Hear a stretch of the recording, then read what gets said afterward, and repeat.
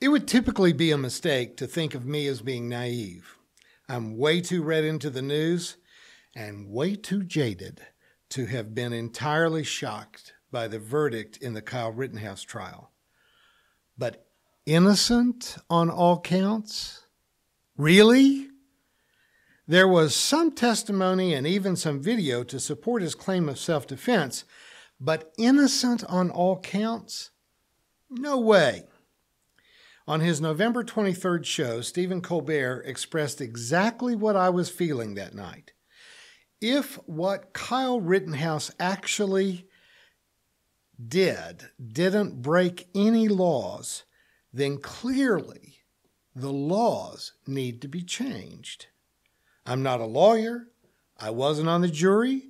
I didn't even watch the wall-to-wall coverage of the trial. Maybe he really did fear for his life. Morally, maybe he should have. A punk 17-year-old kid taking a military-styled rifle across state lines into an emotionally charged demonstration, strutting around like a peacock trying to posture himself as some kind of threatening right-wing vigilante. Honestly, I could see myself in that situation trying to forcefully disarm him, certainly not to shoot him with his own weapon, but if I may say so, to take it from him and send him home with a bruise in the shape of my boot right in his butt for placing people in danger with a lethal phallic symbol that he was carrying around trying to feel like a man. Forgive me if that's too much. I'm just telling you how I feel, and don't you try to tell me how to feel. This tragic event in Kenosha was the culmination of years of increasingly liberalized gun laws that have allowed, first for conceal and carry, then open carry of lethal weapons in public places. No longer has the Second Amendment been reserved for those who feel a need to defend their homes against criminal invasion. Now we see people in fast food restaurants, in grocery stores, armed as if they were going to war. On Tuesday of this week, a 15-year-old boy, a boy with no known beef with his fellow students, no history of mental health issues, no record of criminal conduct, just took his dad's 4-day-old handgun to his school near Detroit and shot and killed. I believe 4 people now have died, 7 others wounded, for reasons that are not clear. The same day, another assailant sprayed a public park in Colorado with bullets near where my daughter walks her dog every day. 2 people were non-critically wounded, but dozens of shots were fired, and many people could have died. And it could have been someone that I love or someone that you love. Our nation is now awash in guns, hundreds of millions of guns, most of which, admittedly, will never be used against anyone. And yet 41,000 people have been shot and killed already this year, more than 100,000 wounded. People all over the world still want to immigrate to America for economic opportunity, but still the whole world looks at us with a sad awareness that we are a nation on the verge of insanity. In 1994, assault weapons were banned in the United States, but the provision included, I don't know why, a sunset after 10 years so that the law would have to be approved again by a new Congress. But by 2004, the political environment had changed. And even after the Sandy Hook massacre of elementary school students in 2012, almost 20 years ago now, America has never again mustered the obviously needed political will to renew the assault weapons ban. A country that cannot even protect its own children from such nightmares has to be crazy, crazy in a truly evil way. Now, it has been my honor to be close friends with 3 full colonels, highly trained military men, none of whom owned guns. Because, as each explained to me at different times over the past 30 years, guns are dangerous. So even people who have decades of training in how to handle weapons don't want one in their own home. I worked briefly as a journalist for Missouri's National Guard, and I officed at Fort Leonard Wood, where it was obvious to me that even trained soldiers were not allowed to have weapons on the military base, because allowing soldiers who were in constant training to walk around carrying guns would be dangerous.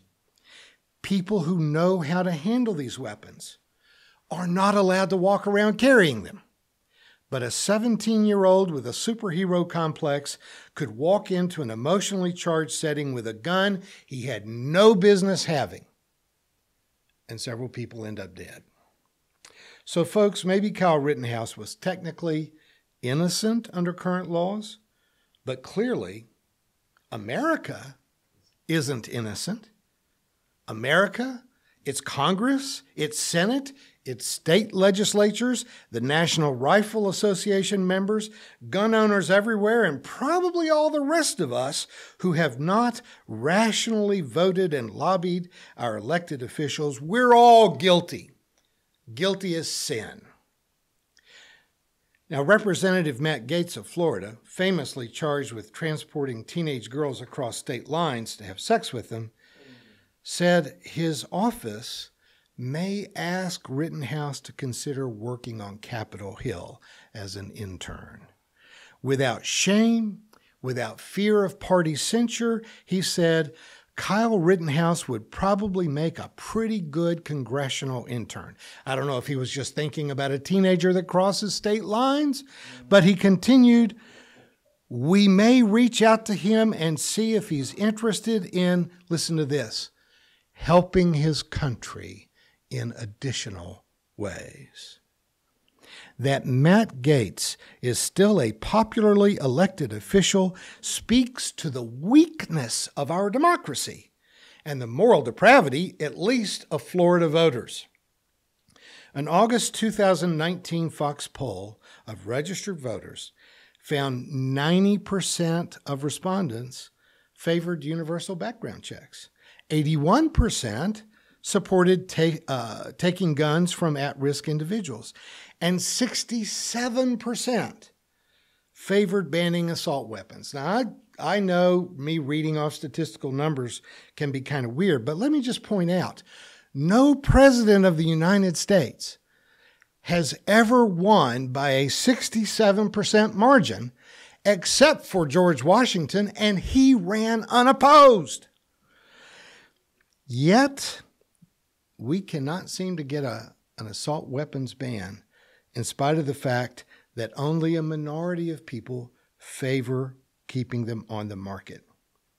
It must be the election donations that come from the gun manufacturers and a tiny fraction of Americans who keep weapons in our schools, keep weapons in our parks, our grocery stores, our restaurants. It is money over morality. And yet, we are all guilty of allowing it to continue to go on. Now, I'm not a lawyer, but I am a preacher. And I must quote the ancient Hebrew prophet Jeremiah, who said to his contemporaries, "For from the least to the greatest of them, everyone is greedy. And from prophet to priest, everyone lies, saying, peace, peace, when there's no peace. They acted shamefully. They committed abomination, yet they were not ashamed. They have forgotten how to blush." I haven't. I'm ashamed of America. I'm ashamed to be counted among them. It isn't just Republicans, but Reed Epstein and Patricia Mays wrote in the June 16th New York Times, Republican legislators in Oklahoma and Iowa have passed bills granting immunity to drivers whose vehicles strike and injure protesters in public streets. A Republican proposal in Oklahoma would bar anyone convicted of unlawful assembly from holding state employment, including elected office. A Minnesota bill would prohibit those convicted of unlawful protesting from receiving student loans, unemployment benefits, or housing assistance. And in Florida, Governor Ron DeSantis signed sweeping legislation that toughened existing laws governing public disorder and created a harsh new level of infractions, a bill he called the strongest anti-looting, anti-rioting, pro-law enforcement piece of legislation in the country. Can anyone among us say that Jeremiah's 3,000-year-old sermon does not deserve to be heard from every pulpit in America every week? For from the least to the greatest of them, everyone is greedy for unjust gain. And from prophet to priest, everyone lies, saying peace, peace when there's no peace. They acted shamefully, they committed abomination, and yet they were not ashamed. They do not remember how to blush. I did my master's thesis in addiction treatment.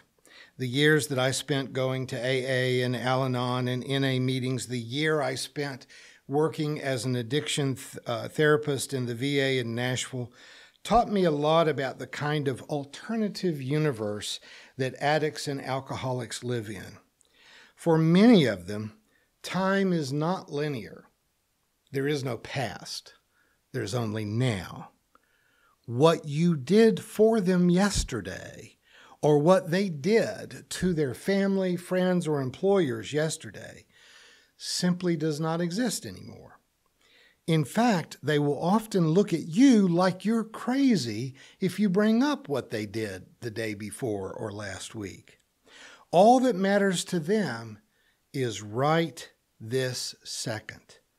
They take no responsibility for their own actions, and they think that you are persecuting them if you bring up what they did in the past.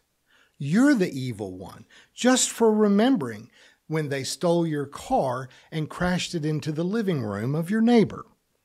If you allow them to, they will drag you into the insanity of their alternative universe, and you'll actually start to think like them.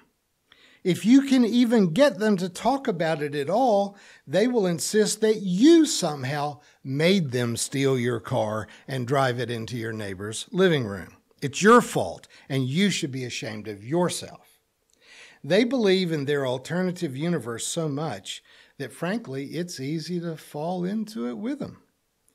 But what I've realized in recent years that it's not only meth and OxyContin and fentanyl and alcohol that makes people retreat into an alternative universe. People get addicted to money. People get addicted to power. And oh my God, do they ever love their drug.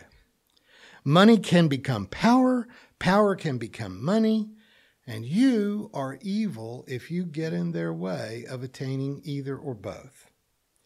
I remember sitting in a local restaurant in the fall of 2008 and overhearing a conversation at the next table as an older gentleman tried to convince the young woman at his table not to vote for Barack Obama that November. She was telling him that she believed it was time for a change. Quite rationally, she was saying that Bush had gotten us into 2 unnecessary and expensive wars. And you know what? He had. And she said it was time for America to get over its history of a whites-only presidency. And she was right. But he emphatically countered her saying, sure, Bush has made a lot of mistakes, and America still has a problem with race. But here is the bigger issue. If Obama gets elected, he's going to try to take our guns, and that will start a civil war. I managed to remain quiet. I'm not joking. I managed to remain quiet. And he actually convinced her that Barack Obama would take all of their guns.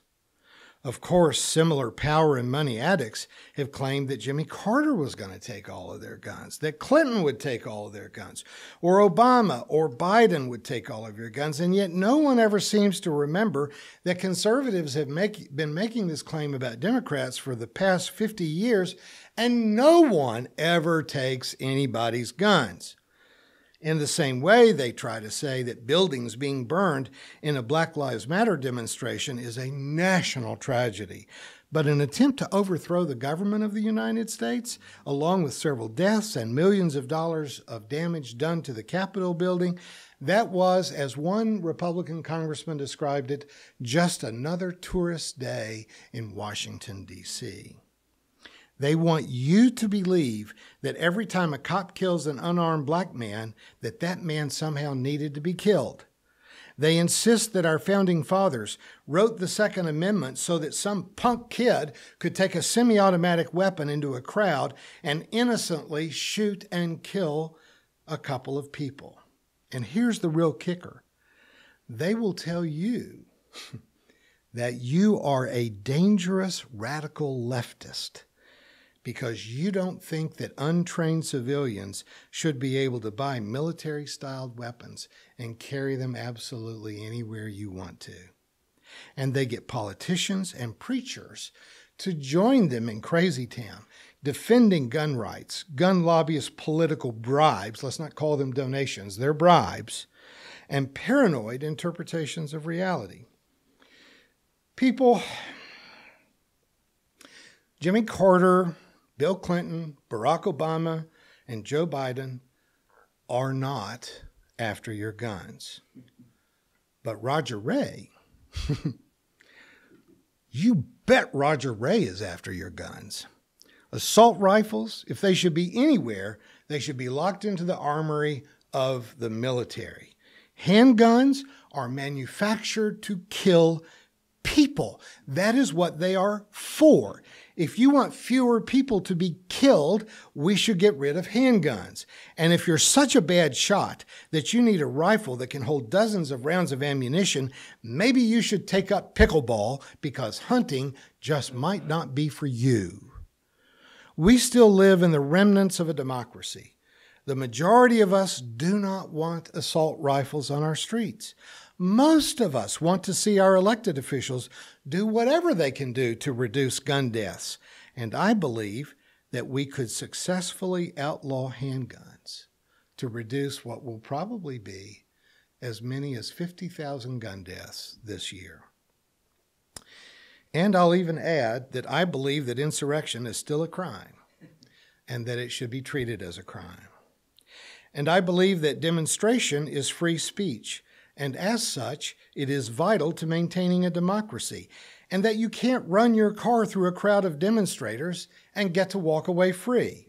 And politicians who try to turn murderers like Kyle Rittenhouse into conservative heroes need to go back to selling used cars in Florida because they cannot be trusted to be a member of our Congress. Now, folks, all of this is just my opinion, but it just so happens that I am 100% correct.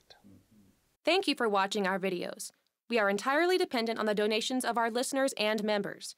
We hope that you find this content to be important enough to help us to keep offering these videos to the public at no charge by becoming a regular contributor. Please click on the donate button on our website at www.spfccc.org. Thank you for your support of progressive religious programming.